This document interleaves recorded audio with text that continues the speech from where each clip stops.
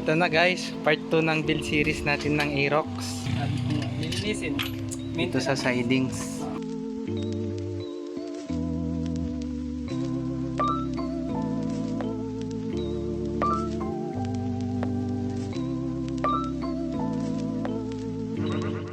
Kapagpag to.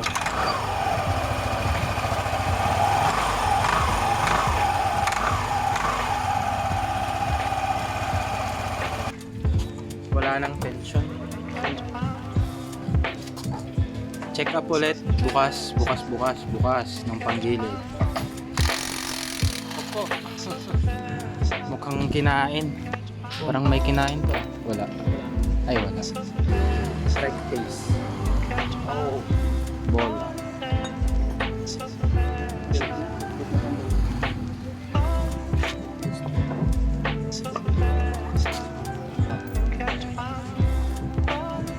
May bukol na.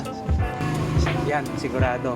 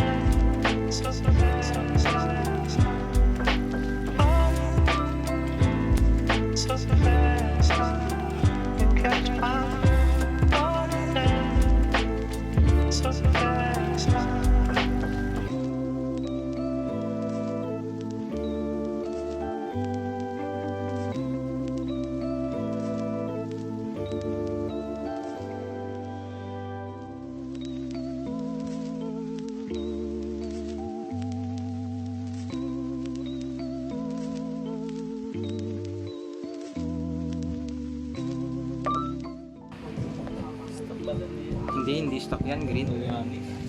Hindi stock yan. Kulay ba natin? Oo. Full detailing yan eh. Ihiwalay din ng buo. 14 meron.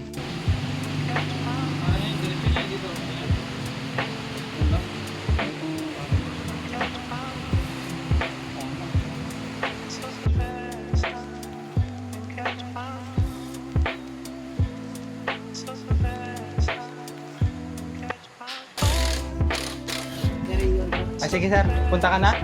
Okay sir. Sige sir. Ingat.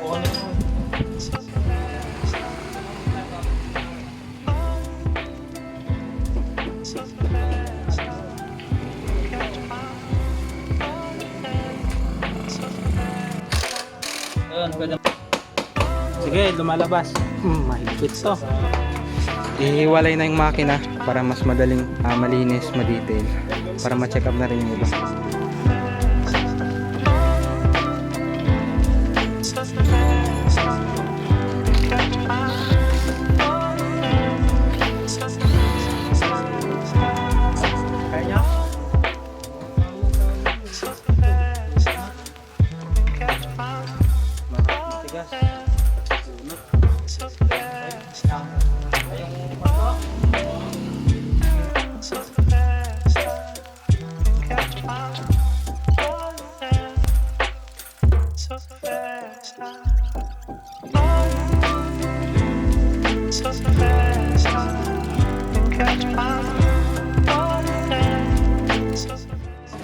Hiwalay na po ang makina.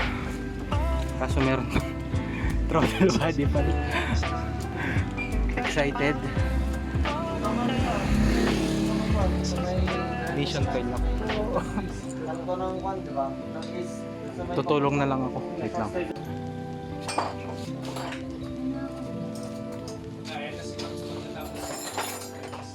Naiwalay na to. Mission coil na lang.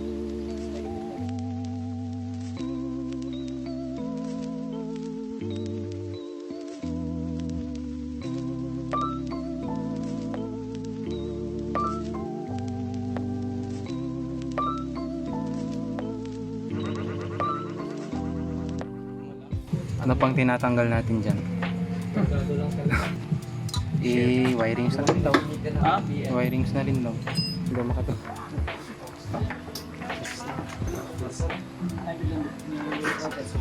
Ano pa ba? Alala nga kayo, Wendy, sarap. Sige. Sibol ng throttle. Bigyan mo sa kamay mo. Wala, kumabit. Pahila nga ako. Okay na? Pahila mo na pahila. Hindi dito. Ayaw, atras mo pala. Patras. Sige, sorry. Ayan pa, bante. Side na lang tayo. Patay ka pala. Sino lang tayo na maharap? Throttle balik. Sige. Wala pa din. Tapaluto. May dock ba na Aerox? May dock ba na Aerox? Wala po. Wala yan.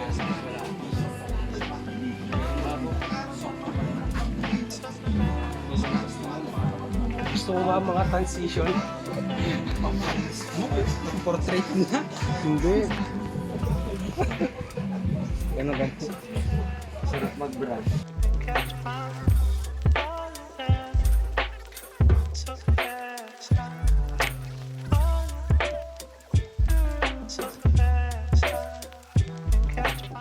Check natin yung magneto kung may kalawang na. Yun na. Galit. Sabi mo lang siguro. Hindi natin pwedeng tanggalin to kasi nagpalit daw ng kulan. Bagong bago.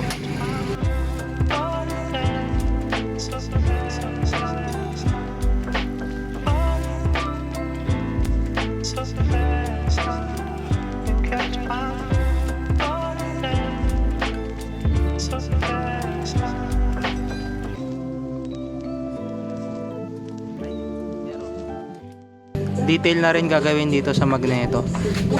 Kinalawang na eh. Madulas.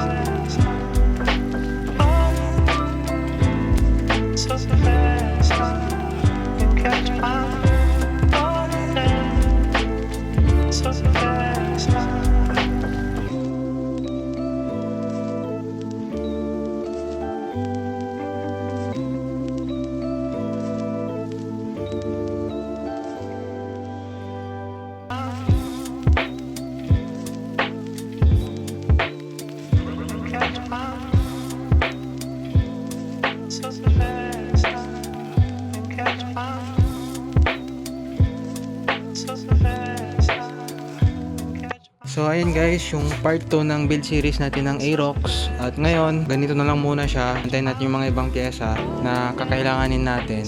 Then sa part 3, yan, didetail na natin tong makina. Tatanggalin na natin lahat ng kaha pag naikabit na natin to. Tapos yun, papalit na rin tayo ng gulong. Yan. So overall, salamat sa mga pumunta, lalo sa ating chief, si Joson, chief mechanic. Yung iba tutulong pa rin naman, sila Ronel at Steven. Si Ryan pala, yun, si Ryan, yung tumulong din dito na gano'n na pa-class. So abangan yung part 3 guys, hanggang dito na muna, and as always, ride safe. Peace!